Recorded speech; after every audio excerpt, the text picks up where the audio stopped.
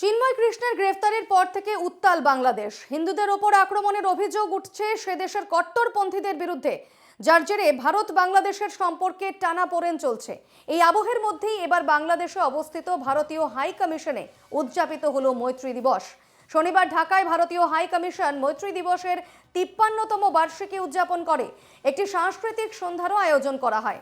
ভারতীয় high commissioner প্রণয় বর্মা এই অনুষ্ঠানে বক্তব্য রাখতে গিয়ে দিনটিকে ভারত বাংলাদেশ সম্পর্কের একটি মাইল ফলক হিসেবেও বর্ণনা করেন।